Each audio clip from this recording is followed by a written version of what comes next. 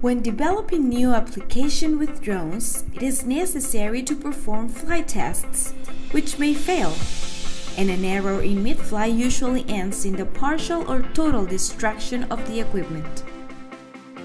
Eureka Dynamics created this device to allow making validation tests in a safe and efficient way, and to help having a better understanding of the dynamics of these vehicles in order to develop high-quality applications. All this means a substantial saving of time and money.